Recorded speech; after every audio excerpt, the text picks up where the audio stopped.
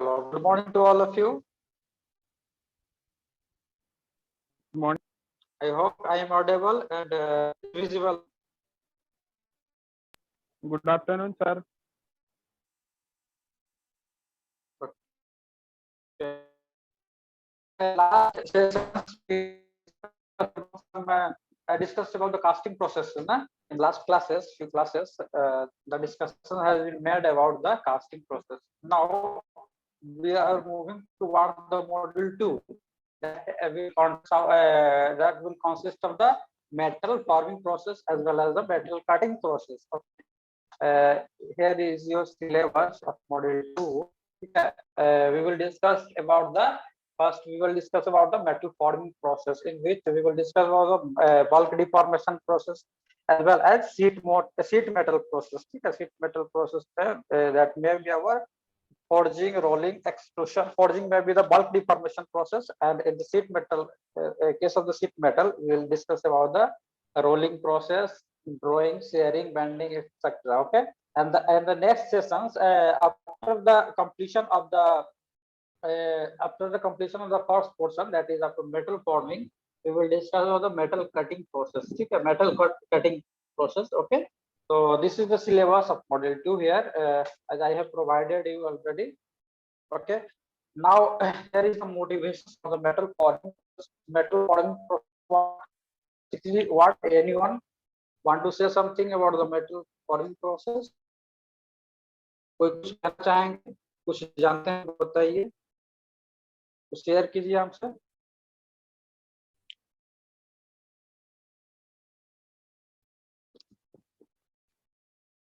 Hello,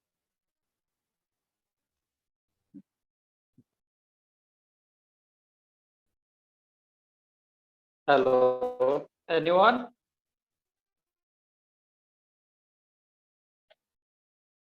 ठीक है, देखो metal forming process is nothing, it is the latest technology. ठीक है, आपका जो कास्टिंग जो होता था ये ओल्डेस्ट टेक्नोलॉजी है. तो ठीक है, तो मैन्युफैक्चरिंग प्रोडक्ट कास्टिंग क्या था, ओल्डेस्ट टेक्नोलॉजी था, but it is modern technology.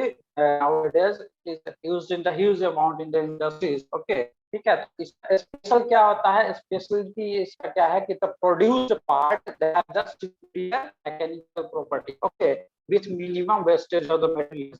This is the process here. उसका wastage कितना होता है, कास्टिंग में wastage थोड़ा होता था, इसीलिए हम एक कैलकुलेशंस करते हैं कास्टिंग यील्ड का. ठीक, कास्टिंग यील्ड का कैलकुलेशन करते हैं to get the metal wastage. Okay, ठीक है, तो यहाँ पे मेटल वेस्टेज यहाँ पे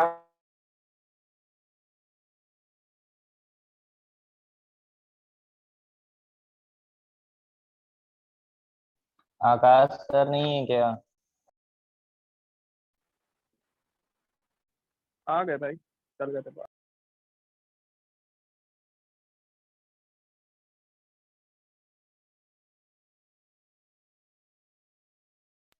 फिर सर आउट हो गए यहाँ से.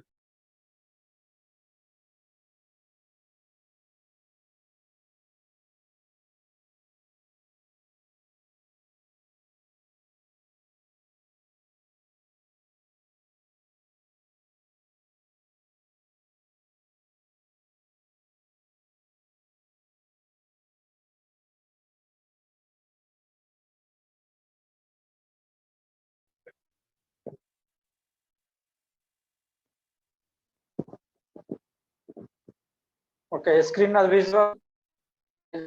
Visual.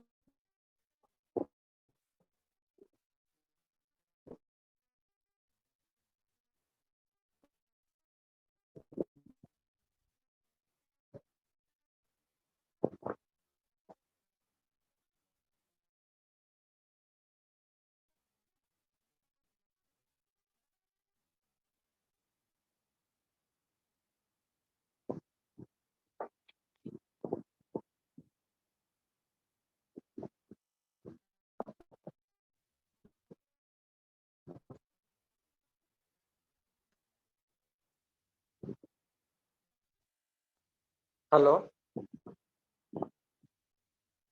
स्क्रीन दिख रहा है?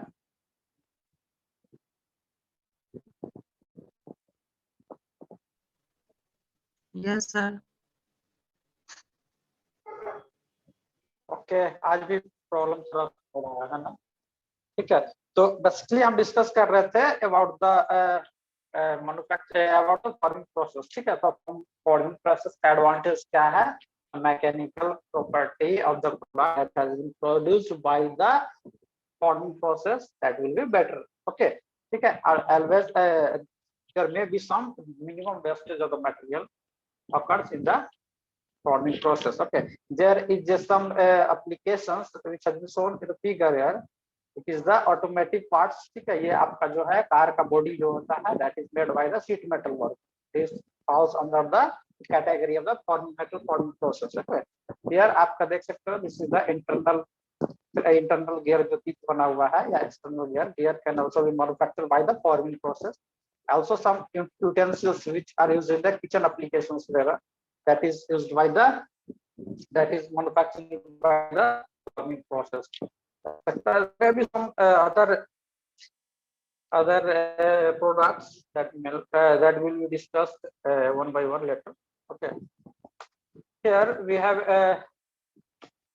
have some properties here, but basically how will you define the metal forming process? It is the bulk deformation process. We may define the metal forming process as it is the bulk deformation process in which you can shape any raw material into a desired product by the application of deforming forces. Is it clear? यहाँ पे क्या हो गया, आपको large deformation force apply करना पड़ेगा so that you can material को क्या करोगे, आप प्लास्टिकली डिफॉर्म कर दोगे to take shape of the desired product है, ठीक है। तो ये जो शेप रहेगा आपका डाई बना हुआ डाई ज्योमेट्री जो होता है, जो रिक्वायर्ड शेप है वो डाई में आप क्या करोगे, क्रिएट कर दोगे। उसके बाद उसमें मेटल डाल दोगे, मेटल जो आपका होता है solid metal, then you have to apply the forces, ठीक है। Forces then the metal gets deformed under the plastic region, ठीक है। प्लास्टिक रीजन में क्या करता है, डिफॉर्म करता है, okay, and that will gets the shape of the desired product, that is our metal forming process, okay. तो plastic deformation होता है, ठीक है, होता है elastic deformation, is clear. Basically आप स्ट्रेंथ ऑफ मटेरियल के केस में पढ़े हैं first year, this is the stress strain diagram for mild steel, you can see in the figure here, am I right? Is it visible now? Stress and diagram. Hello. Yes, sir. Yes. Hello. Okay. Okay. Very good. Look at the figure. Stress strain diagram क्या होता है? Stress strain diagram देखो, red वाला जो होता है आपका, this is our engineering stress strain. Green one जो ग्रीन वाला दिखा रहा है वो आपका क्या है, true stress strain diagram. Actually ये दोनों में डिफरेंस क्या है, आप पढ़े होंगे, क्या पढ़े हैं आप इसमें से? ट्रू स्ट्रेस स्ट्रेन पढ़े हो डायग्राम? एनीवन? कोई पढ़े हैं इसमें? नहीं पढ़े हो, ठीक है। तो देखो ये जो आपका रीजन है, इसमें कुछ रीजन होता है, एक इलास्टिक रीजन होता है, एक प्लास्टिक रीजन होता है। इलास्टिक रीजन बेसिकली क्या होता है, इट इज द रीजन इन विच यदि any deformation taken place, okay, when you are applying some forces, okay, and when you are going to release that stress, the material gets come back in its original shape, ठीक है। ये क्या आएगा, elastic reason में क्या आएगा, जब भी आपको फोर्स अप्लाई करोगे तो there may be some deformations, okay, there may be some changes in their dimensions, okay. तो डायमेंशंस में सम वेयर चेंजेस होगा, समथिंग चेंजेस हैपन होगा, is it clear? Now you are going to remove the load, external load जो हमने apply किया उसको remove कर देंगे, तो वो जो ओरिजिनल शेप एंड साइज में वो क्या आएगा, वापस आ जाएगा। That will be our elastic region, okay. Beyond that the plastic region starts, ठीक है। आपका yield point, yield strength is the maximum point where elastic limit का ये क्या होता है, रीजन होता है, ठीक है। ये जो आपका है, यहाँ से क्या होता है, यील्ड स्ट्रेंथ के बाद क्या होता है, प्लास्टिक रीजन स्टार्ट हो जाता है। इसके बाद यदि आप मैग्नीट्यूड बढ़ाओगे तो ये परमानेंटली डिफॉर्म करना शुरू हो जाएगा, ठीक है। परमानेंटली डिफॉर्म करने का मतलब original shape can not be retain by the metal whenever you are removing the external forces. बात समझ में आई यहाँ तक? हेलो, बात समझ में आई? यील्ड स्ट्रेंथ क्या होता है, टेंसाइल स्ट्रेंथ क्या होता है, अल्टीमेट स्ट्रेंथ क्या होता है, यहाँ तक क्लियर है? किसी को कोई प्रॉब्लम है? पूछो। हेलो नो सर ठीक है। हेलो ओके ठीक है। तो बेसिकली देखो यहाँ पे ये फिगर में क्या दिखा रहा है, यहाँ पे इनिशियल इसका लेंथ ये था आपका, ठीक है, फोर्स इज अप्लाइड कंटिन्यूअसली, ठीक है, फोर्स इंक्रीजिंग, ठीक है, तो एरिया आपका जो क्रॉस सेक्शनल एरिया है चेंज कर रहा है as well as length is also changing, ठीक है। यहाँ पे देखो ये सिमुलेशंस का फिगर है, एक सिमुलेशंस कराया गया है, ठीक है, एक्सपेरिमेंट फाइनाइट एलिमेंट एनालिसिस, ठीक है, यहाँ पे सिमुलेशन कराया गया है। देखो रेड जोन जो होता है वहाँ पे maximum that is the necking zone, ठीक है, that is the maximum stress develop, ठीक है, maximum stress actual ये टेंशन, ये आपको एक्चुअल स्ट्रेस की बात कर रहा है, मतलब ट्रू स्ट्रेस की बात कर रहा है, ठीक है। तो बेसिकली क्या होता है कि आप जैसे जैसे आप ट्रू स्ट्रेस कैसे निकालते हैं, ट्रू स्ट्रेस निकालने का फॉर्मूला क्या है, जस्ट आप क्या करोगे, force dividing by original area, is it clear, force dividing by original area करोगे, that will be our true, that will be gives you the true engineering stress, is it clear? Engineering stress is what? That is force dividing by original area, initial area जो आप लिए थे, cross sectional area जो material का लिए थे, तो sample test कर रहे हो, उसका जो ओरिजिनल एरिया को डिवाइड कर देंगे, तो that gives you the value of strain, that will be our engineering strain. But in the actual case में क्या होता है, एक्चुअल सिनेरियो में क्या होता है कि जैसे जैसे आप क्या करते हो, फोर्स का मैग्नीट्यूड बढ़ाते हो, तो एरिया का मैग्नीट्यूड भी घटते जाता है। Am I right? Hello? In the actual conditions, what happen basically, जैसे जैसे आप एरिया बढ़ाते हो, सॉरी आप जैसे फोर्स का मैग्नीट्यूड बढ़ाते हो, दैट स्ट्रेस इंक्रीजेस, स्ट्रेस यदि इंक्रीज कर रहा है तो आपका क्या है, सॉरी स्ट्रेस फोर्स इंक्रीज कर रहा है तो स्ट्रेस जो है क्या है, stress is also increases with high magnitude because there is also decrease in the area, ठीक है, cross sectional area is also decreasing here, ठीक है। True stress is equal to force dividing by area, that area will be what, that area will be instantaneous area, ठीक है, at that particular time when you are considering, when you are going to consider, ठीक है, ठीक है, तो एक किसी भी पार्टिकुलर टाइम पे जहां आप फोर्स कंसीडर कर रहे हो, उस पार्टिकुलर पोजीशन पे एरिया क्या होगा, that will depends on the value of stress, true stress depend on the instantaneous area, is it clear? Is it clear? But in the case of engineering stress क्या होगा आपका, engineering stress is nothing, it is just force dividing the area, that area will be initial area is our initial area, that will be our A0, let us assume here A0 is the initial area and AI is the instantaneous area, ठीक है। तो यहाँ पे किसी particular time पे क्या करोगे, particular instant पे आपका फोर्स का मैग्नीट्यूड जैसे से बढ़ा रहे हैं, एरिया आल्सो डिक्रीज कर रहा है, तो इसका मैग्नीट्यूड जो स्ट्रेस का मैग्नीट्यूड है हाईली इंक्रीज कर रहा है, is it clear?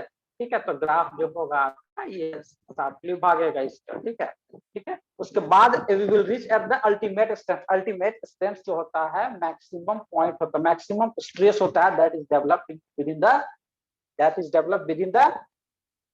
In the material, okay, ठीक है। तो ये यहाँ तक क्लियर है, यहाँ तक क्लियर है? Hello, am I audible? Yes, sir.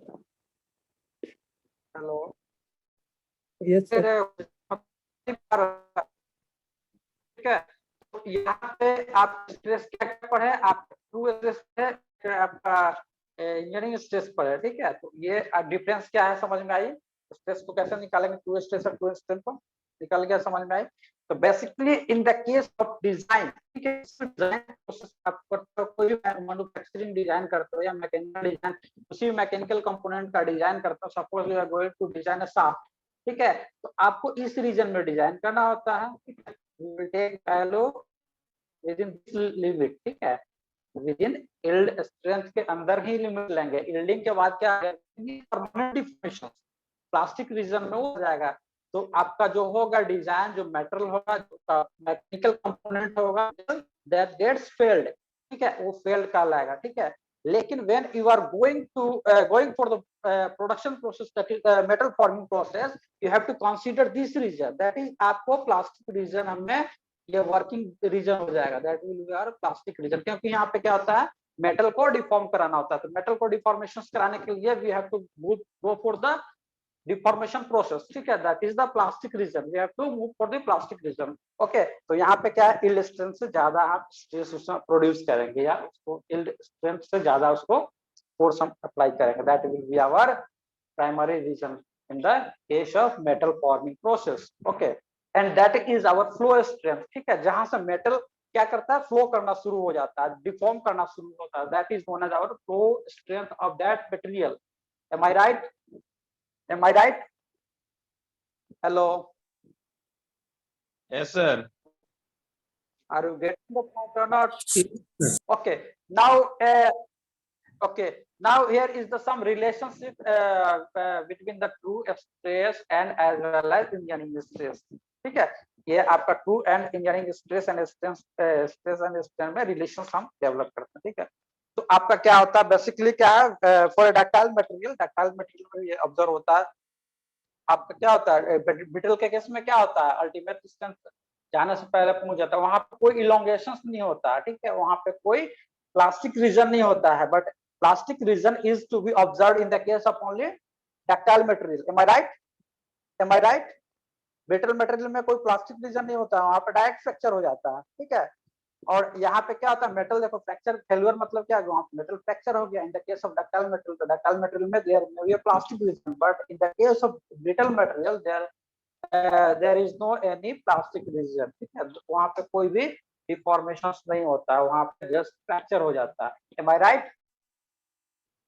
Okay, तो यहाँ पे क्या होता है, when a ductile material is subjected to tensile stress, ध्यान से सुनना, क्या होता है, when a ductile material is subjected to tensile stress, the cross section area is what, cross section area goes decreases at a particular position। okay, am I right? ठीक है, तो this is called necking, this is called necking, वहां पे नेक formation होता है, ठीक है, cross section area में डिक्रीज हो जाता है, डिक्रीज हो जाता है, जिसके कारण उसका नेकिंग फॉर्मेशन होता है, ठीक है। तो आपका जो ये एरिया जो होता है क्या होता है, कॉन्टिन्यूसली चेंजेस होता है, ये नेकिंग का जो एरिया होता है क्रॉस सेक्शनल एरिया, ये कॉन्टिन्यूसली चेंजेस होता है, मतलब डिक्रीज करता जाता है, डिक्रीज करता जाता है, when you are going to increase the continuously increases the loaded, continuously increasing the load. Okay, तो लोड जैसे से इंक्रीज करते हो तो नेकिंग जो होता है उसका स्टार्ट हो जाता है, और उसका कंटिन्यूअस जो एरिया जो होता है वो चेंज होना शुरू कर जाता है, दैट इज डिक्रीजिंग, ठीक है, decreasing. And at a particular time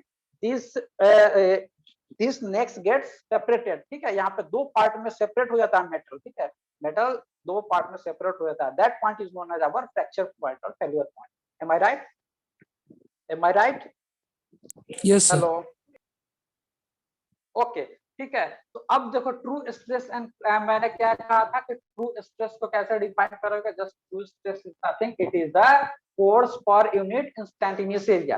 M I right? ठीक है, तो यहाँ पे आप देखो, यहाँ पे देख सकते हो P is assumed to be force, ठीक है, P is assumed to be force here and A is the instantaneous area, ठीक है। तो P into A इसको रीअरेंज करेंगे, तो इसको आपको क्या कर सकते हो, इसको मल्टीप्लाई भी कर सकते हो ए नोट से और डिवाइड भी कर सकते हो ए नोट से। A naught is what? A naught is the initial area, ठीक है, इनिशियल एरिया, ठीक है। तो अब यहाँ का इसको रीअरेंज करो, तो P dividing by A note into A note dividing by A, okay, ठीक है।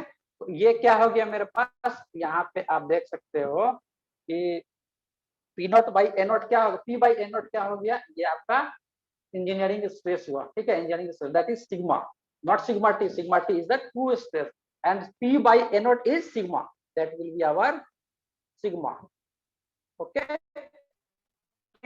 now according to the volume consistency theorem, ठीक है, वॉल्यूम कंसिस्टेंसी क्या मतलब, किसी पार्टिकुलर पॉइंट पे वॉल्यूम लॉसेस नहीं हो रहा है यहाँ पे, तो ठीक है, तो इनिशियल एरिया इनटू वॉल्यूम, ठीक है, एरिया इनटू लेंथ क्या होगा, वॉल्यूम हो गया। तो आपका पार्टिकुलर पॉइंट पे, यदि पॉइंट ए पे एरिया इनटू वॉल्यूम ये है, तो सेकंड टाइम पे, सॉरी टाइम किसी पार्टिकुलर टाइम पे, नेक्स्ट टाइम पे क्या होगा, there is change in the area as well as length, ठीक है। तो area and volume, area and length का मल्टीप्लिकेशन होगा, that will gives you the volume, ठीक है, and volume remains constant throughout the process, ठीक है।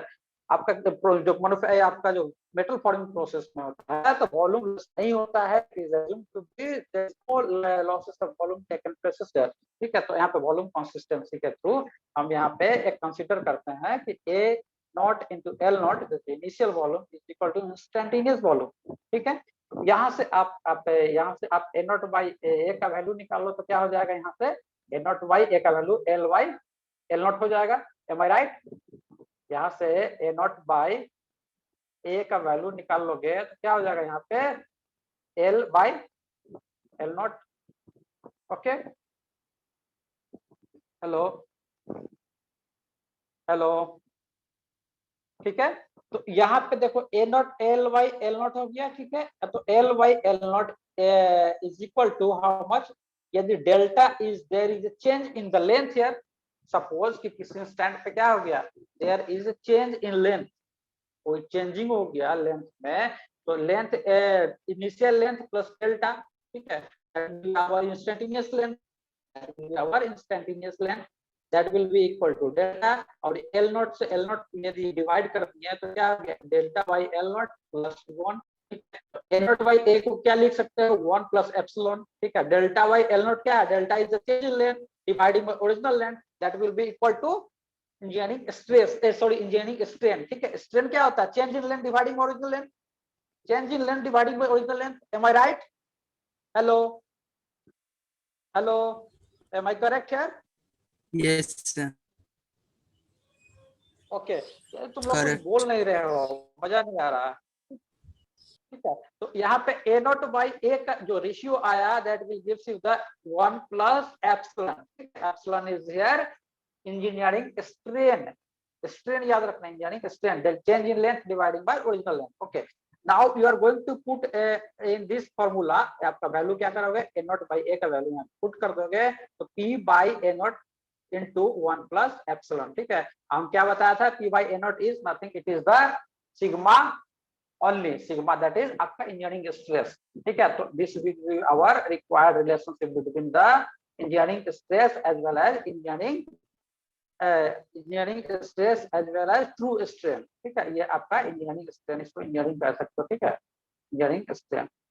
बात समझ में आई? This will be our relationship. Okay. Now we are going to move from the relations between true stress, strain as well as engineering strain. ठीक है। तो basically for instantaneous increase in the gauge length, ठीक है, आपका क्या है, instantaneous increase in gauge length, gauge length में क्या है, there is a deformation taken places in the length also, ठीक है। instantaneous length को कैसे डिनोट करेंगे, यदि मान लो कि आपको क्या है, स्ट्रेन निकालना है, ट्रू स्ट्रेन निकालना है, तो delta L Y, there is a change in length, delta L, sorry DL, ठीक है, DL is instantaneous change in the length here dividing by original length, that will gives you the strain here, ठीक है। अब इसको क्या करेगा, integrate कर दो, तो आपको क्या मिल जाएगा, कंप्लीट स्ट्रेन मिल जाएगा, आपको टोटल स्ट्रेन मिल जाएगा, ओके। तो ठीक है, इसको क्या करोगे, आपको इंटीग्रेट करोगे, you will get here from आपका क्या, एल से एल नॉट से एल तक जाओगे, यहाँ पे इसका लिमिट क्या लोगे, एल नॉट से एल लिमिट लोगे इसका, by integrating you will get here the value of l ln log of l dividing by l naught, ठीक है। अब l क्या है, l is the instantaneous, l is your instantaneous length of the object और sample, is it clear? ठीक है। यहाँ पे आपको क्या होगा, L naught plus delta L, delta L को लिख सकते हो L naught plus delta L, ठीक है। Delta is here change in the length here dividing by original length, ठीक है। तो डेल्टा एल बाई एल को या डिवाइड कर दोगे दोनों टर्म को, इसको तो L naught by L naught plus delta L by L not, ठीक है। यहाँ पे ये जो वैल्यू हो गया, that will be gives you the strain here, कौन सा स्ट्रेन यहाँ पे देगा, इंजीनियरिंग स्ट्रेन, यहाँ पे 1 हो जाएगा, ठीक है। तो this is the required relation between the true strain as well as engineering strain, ठीक है। ये दोनों फॉर्मूला याद रखना, गेट में आता है, ओके, ठीक है। यहाँ तक किसी को doubt, do you have any doubt, then ask me, ठीक है। तो यहाँ पे देखो एक स्ट्रेन हार्डनिंग इंडेक्स होता है, बेसिकली होता क्या है कि आप देखो ये केस में देखो आपका जो ये वैल्यू होता है अचानक से चेंज हो जाता है। There is abrupt changes in the value of the strength of any material when you are moving towards we are moving away from the ultimate strength. Ultimate strength पे पहुंचने के बाद क्या होता है, क्रिस्टल का रीअरेंजमेंट होता है। जो कोई मटेरियल होता है क्रिस्टल का रीअरेंजमेंट करना शुरू हो जाता है, ठीक है। उसका जो ग्रेन स्ट्रक्चर होता है चेंज हो जाता है। तो वो क्या करता है, फर्दर जो आपका जो डिफॉर्मेशन होता है उसको ट्राई टू रेजिस्ट करता है। उसको क्या करता है, रेजिस्ट करने की कोशिश करता है फर्दर डिफॉर्मेशन को, ठीक है। तो there is a change in strength, ठीक है। There is a increase in strength, sorry strength में क्या होता है एक्चुअल केस में ज्यादा इंक्रीमेंट हो जाता है, ठीक है। तो that will be our strain hardening. किसी भी मटेरियल को पीटो, उसका अल्टीमेट के पॉइंट के बाद क्या होता है, अचानक से क्या होता है उसमें चेंजिंग हो जाता है, स्ट्रेंथ उसका क्या होता है ज्यादा हो जाता है। वहां पे क्या होता है उसका जो ग्रेन स्ट्रक्चर होता है वो फाइन हो जाता है, या ग्रेन स्ट्रक्चर में थोड़ा चेंजिंग हो जाता है, ठीक है। गेट्स मोर स्टेबल, ठीक है। तो वो कोशिश करता है ज्यादा स्टेबिलिटी अचीव करने का, तो वहां पे स्ट्रेंथ उसके पास क्या आता है ज्यादा आ जाता है, ठीक है। तो ये आप लोग स्ट्रेन हार्डनिंग का केस आता है। स्ट्रेन हार्डनिंग आप लोग पढ़े होंगे स्ट्रेंथ ऑफ मटेरियल में, ठीक है। मान के चल रहा है कि इसका कंसेप्ट आप लोग के पास है, ठीक है। तो यही होता है आपका strain hardening, okay. And strain hardening का जो रिलेशन है आपका यहाँ पे दिया हुआ है। Strain hardening is denoted by, okay.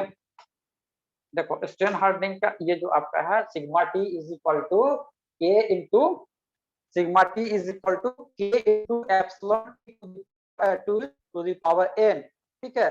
यहाँ पे क्या है आपका sigma T is what, sigma T is the true strain, true stress here, epsilon T is the true strain here. इसको आप क्या कर सकते हो, फ्लो स्ट्रेस भी कह सकते हो। Flow stress is nothing, it is the true stress required to continue plastic deformation at a particular true strain। समझ में आई बात। flow stress is nothing, it is the true stress required to continue plastic deformations at a particular true strain here, okay। किसी particular true strain पे जो हमको stress required होता है that is known as our flow stress, ठीक है। जहां से मेटल क्या फ्लो करना शुरू कर देता है, ठीक है। तो यहाँ पे ये आपका रिलेशन दिया हुआ है K into K times the epsilon T to the power n here, ठीक है। वेयर के इज क्या है, के इज द स्ट्रेंथ कोएफिशिएंट है, ठीक है। के इज स्ट्रेंथ कोएफिशिएंट, और इसका जो वैल्यू होता है that will lie in the 0 to 1, either it may be equal to 0 or greater than equal to 0 and also equal to 1 and less than equal to 2। मतलब कि 1 से 0 के बीच में इसका वैल्यू लाई करता है। बात समझ में आई। और n जो होता है n is there strain hardening exponent, ठीक है। स्ट्रेन हार्डनिंग एक्सपोनेंट होता है, ये क्लियर। तो यहाँ तक आप लोग पढ़े हैं कि नहीं पढ़े हैं। हेलो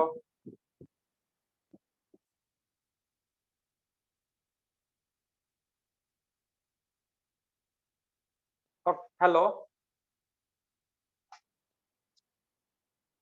ओके, ठीक है। तो अब क्या पढ़ते हैं, instability in tension. Tension test में इनस्टेबिलिटी क्या होता है। Are you getting my point. Hello Akash Agarwal.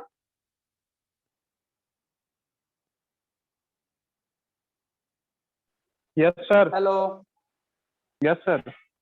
Okay. समझ में आ रहा है ना आप लोग को, कोई कुछ बोल नहीं रहा है जी। Sakshi Priya, yes sir. Are you there.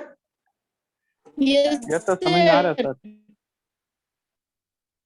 Okay ठीक है। तो अब देखो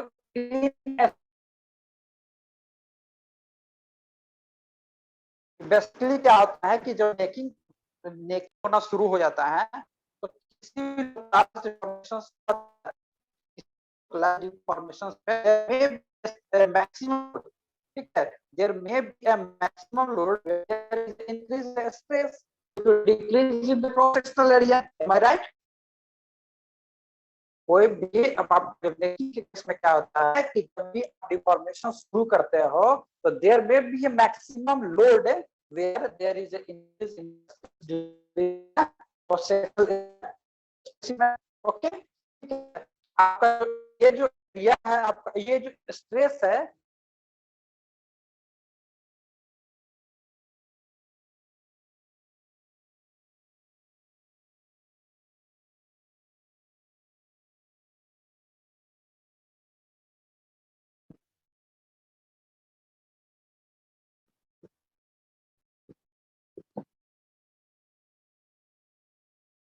हेलो